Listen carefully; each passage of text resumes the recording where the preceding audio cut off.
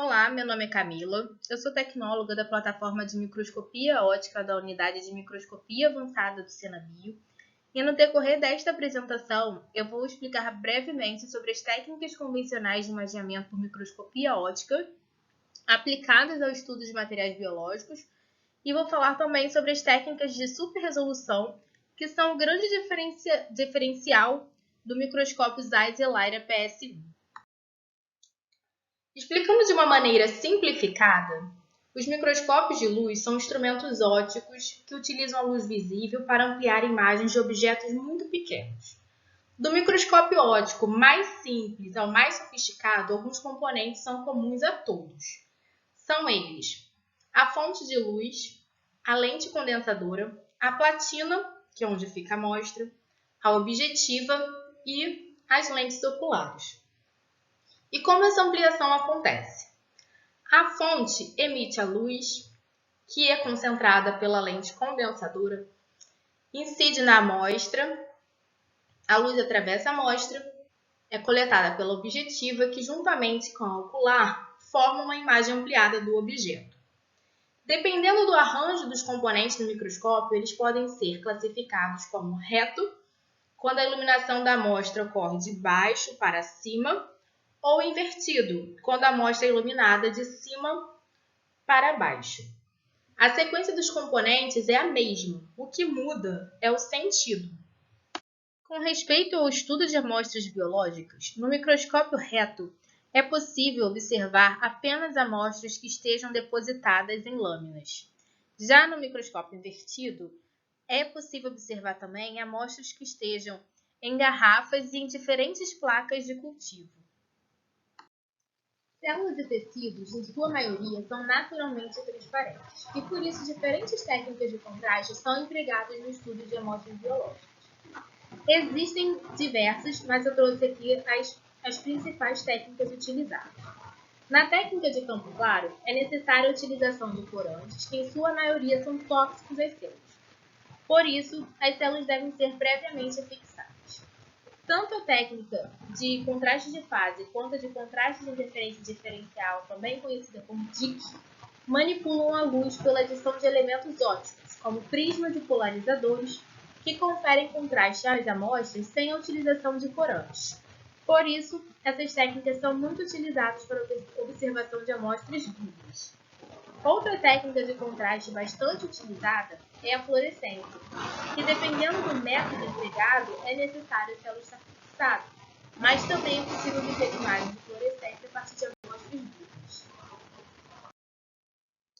Para obter imagens através das técnicas de campo claro, contraste de fase e DIC, o tipo de iluminação empregada é a iluminação transmitida, na qual a luz sai da fonte, atravessa a amostra e é captada pela objetiva. As principais fontes de iluminação neste sistema são as lâmpadas halógenas e LED de luz branca.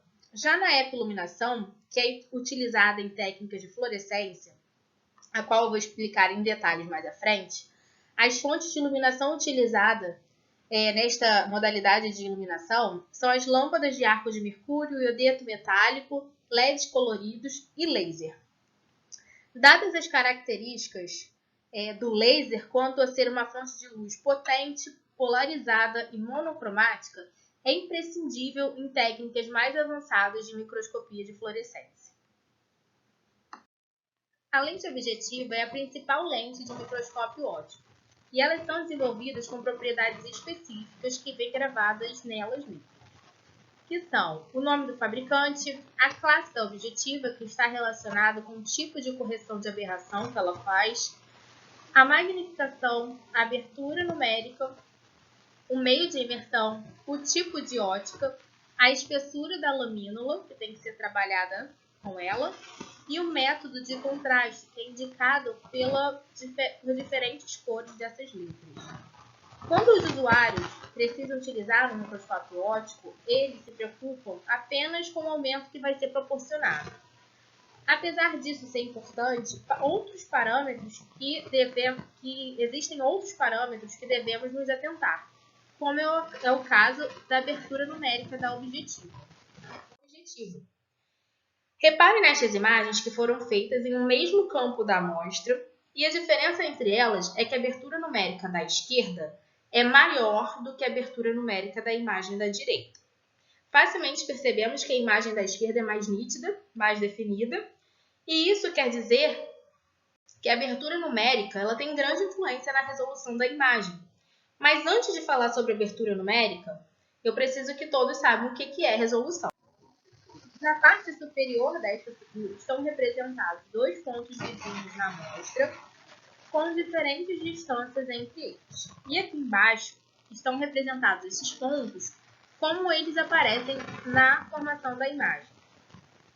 Então, nessa primeira parte, a distância entre eles é grande o suficiente para que eles sejam representados na imagem como objetos distintos. Na representação do meio, a distância entre os objetos é menor, no entanto, eles podem ainda ser identificados como objetos distintos na imagem. E nesse terceiro esquema, a distância entre eles já é tão pequena que na formação da imagem eles aparecem como um único ponto. Com isso é possível entender o que é resolução, que é definida como a menor distância entre dois pontos na amostra que podem ser distinguidos como entidades separadas após a formação da imagem. A equação que descreve a resolução do microscópio foi definida pelo físico Ernest Hadley, e nela temos que a resolução, representada por Dzinho, é igual a lambda, que representa o comprimento de onda utilizado, sobre 2 vezes n seno de alfa. N seno de alfa nada mais é do que o número de abertura da objetiva. É desejável que D seja o menor possível, porque quanto menor for D, maior será o poder de resolução do microscópio. E pela equação, percebemos que quanto menor for o comprimento de onda, menor será D. E quanto maior for a abertura numérica da objetiva, menor será. Então agora vamos entender o que é a abertura numérica da objetiva de um microscópio óptico. A equação que descreve a abertura numérica é n seno de alfa, onde n é o índice de refração do meio de imersão que se encontra entre a objetiva e a amostra, e alfa. E para entender quem é alfa, eu trouxe esse esquema onde estão representados a objetiva e um ponto da amostra. Quando o ponto é atingido pela luz, ela é espalhada para todos os lados, mas a objetiva é capaz de detectar apenas feixes até certos ângulos, que são representados por esse cone invertido. E alfa corresponde à metade do ângulo desse cone. Valores altos de abertura podem ser alcançados pelo meio do índice de refração no meio de imaginamento, representado na equação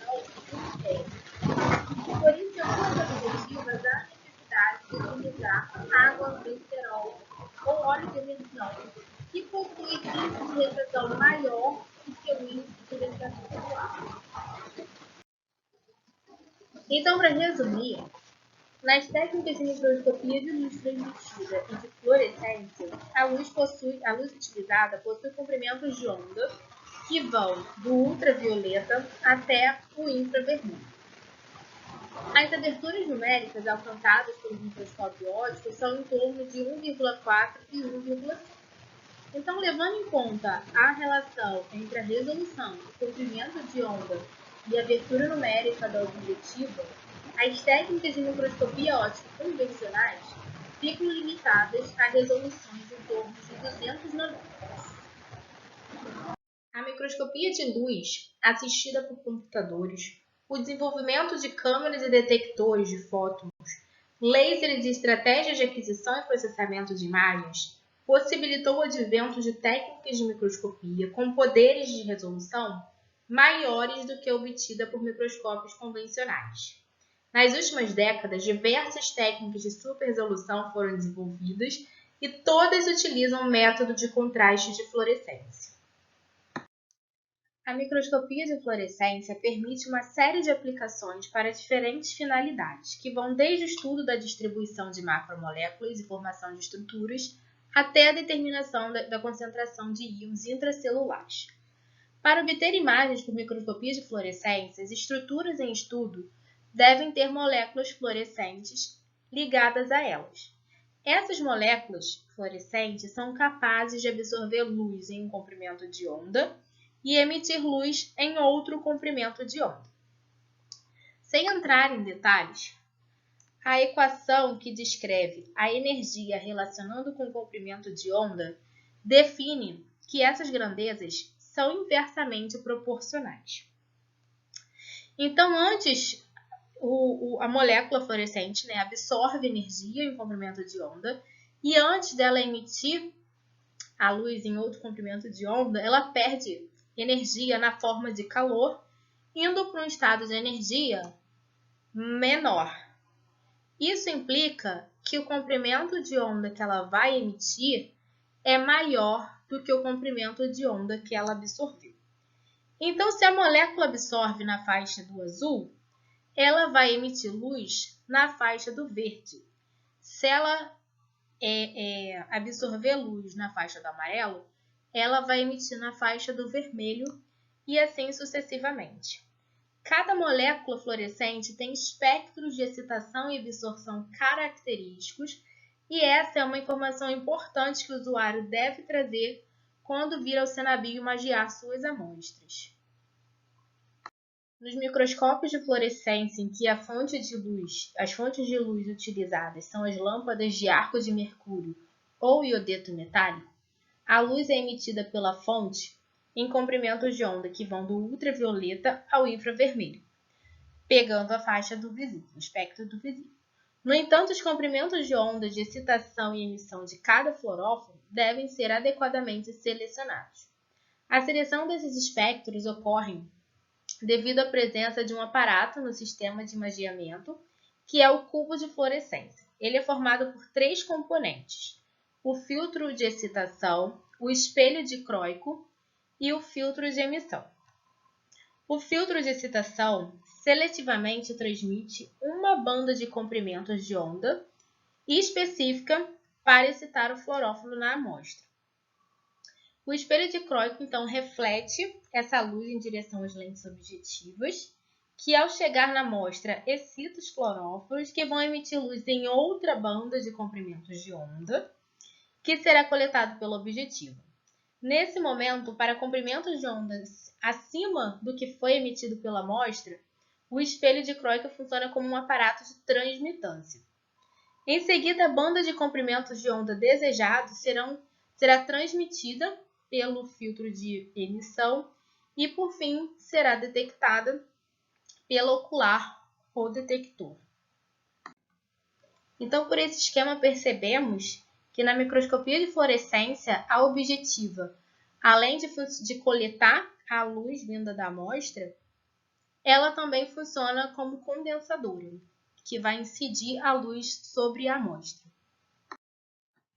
Diferentes estruturas podem ser imagiadas ao mesmo tempo, desde que moléculas fluorescentes com diferentes espectros de absorção e emissão sejam utilizadas para identificar cada estrutura.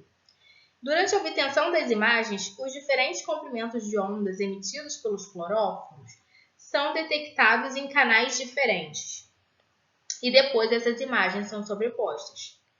Nesse exemplo, temos em vermelho a marcação para filamentos de actina, em verde, marcação para a tubulina, em azul, marcação para o núcleo e, por fim, a sobreposição desses canais. Inicialmente, as imagens de fluorescência eram obtidas apenas no modo campo amplo ou wide field. Nesse tipo de iluminação, a imagem é formada pela sobreposição dos diferentes planos da amostra. Para amostras bem finas, esse modo é satisfatório. Por outro lado, para amostras com espessuras maiores que 5 micrômetros, a imagem começa a ficar borrada e muita informação é perdida. Então, uma técnica que permitiu um grande avanço com respeito a isso e ainda permitiu alcançar poderes de resolução maiores na microscopia óptica foi a microscopia de varredura confocal, a laser, na qual a amostra é varrida por um laser ponto a ponto no eixo XY E também é possível selecionar o plano no eixo Z que se quer imagiar. Então, para ilustrar como isso acontece, temos representados nessa imagem a amostra. Os pontinhos representam o plano focal que eu quero imaginar. Então, o laser ele incide sobre a amostra e a luz refletida pela amostra, que usualmente está sob a forma de fluorescência, encontra uma abertura mecânica chamada pinhole, que bloqueia feixes provenientes de pontos acima e abaixo do plano focal e deixa atravessar apenas a luz vinda do plano focal desejado. É possível, então, obter secções óticas de todo o volume da amostra e, a partir dessas secções óticas, obter a reconstrução tridimensional da sua amostra, como exemplificado nessas imagens de um grão de pólen. E o CENABI conta com o ELIRA, que é um microscópio óptico que pode operar no modo confocal, através do módulo LSM-710, e também numa tecnologia ainda mais avançada, que envolve técnicas de superresolução, capaz de alcançar resoluções em torno de 50 nanômetros, que são obtidas através do módulo ELIRA PS1. Então, agora que eu já fiz uma breve introdução sobre as técnicas convencionais de microscopia óptica, eu vou poder explicar melhor como funcionam as técnicas de superresolução do microscópio ELIRA. É importante lembrarmos que quanto menor o tamanho de um objeto na amostra, maior será o ângulo de espalhamento da luz.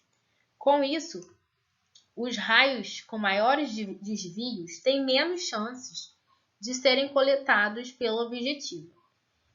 Isso leva ao fato que as informações mais finas da amostra são perdidas. A microscopia por iluminação estruturada foi desenvolvida para permitir a coleta dessa luz de altos ângulos e, portanto, ganhar informações sobre a amostra que na microscopia convencional seriam perdidas. E isso acontece pela combinação da inserção de elementos ópticos no sistema de imagiamento e a utilização de algoritmos avançados. Em A, estão representadas grades de difração. Essas grades sobrepostas transladam e rotacionam toda a amostra e o seu entorno, gerando imagens de padrão de interferência que contém informações de subresolução da amostra. As imagens resultantes das múltiplas fases e orientações das grades, que estão representadas nessa figura, são processadas por algoritmos específicos, gerando uma única imagem com resolução além do limite dos microscópios de luz convencionais. Essas imagens comprovam o ganho de informação que se tem utilizando a técnica de iluminação estruturada. Em A é uma imagem obtida pela técnica de campo amplo ou wide field. E em B, no mesmo campo, foi obtida uma imagem por microscopia confocal. E em C, a imagem obtida por iluminação estruturada. Nós percebemos, um grande ganho com relação ao poder de resolução desse microscópio. Outra modalidade de superresolução que é possível de ser feita na ELIRA envolve técnicas de microscopia de localização de moléculas individuais, que incluem a microscopia de localização fotoativada, mais conhecida como PALM, e microscopia de reconstrução óptica estocástica, mais conhecida como STORM. Apesar dessas técnicas terem diferenças quanto à forma de acionamento e desligamento dos fluoróforos, elas funcionam com base em um mesmo princípio, que eu vou explicar agora. Então, aqui está representada uma imagem de microscopia de fluorescência convencional, na qual os fluoróforos estão perto demais para serem resolvidos pelo sistema óptico.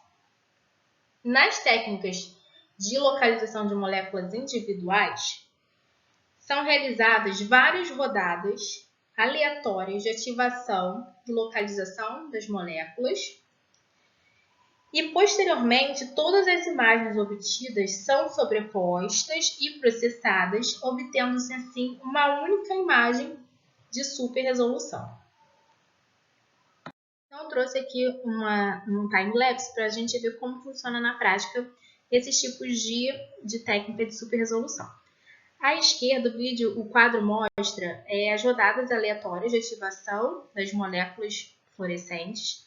No meio, a imagem sendo formada no modo Wide Field. E à direita, após o processamento, a imagem de super resolução sendo formada. Com relação ao preparo da amostra para microscopia de iluminação estruturada e microscopia confocal, os protocolos são similares. Já as técnicas de Palm e Storm envolvem o uso de fluoróforos específicos para cada técnica. Então é isso, espero que tenham gostado. Qualquer dúvida, entre em contato através do meu e-mail. E muito obrigada!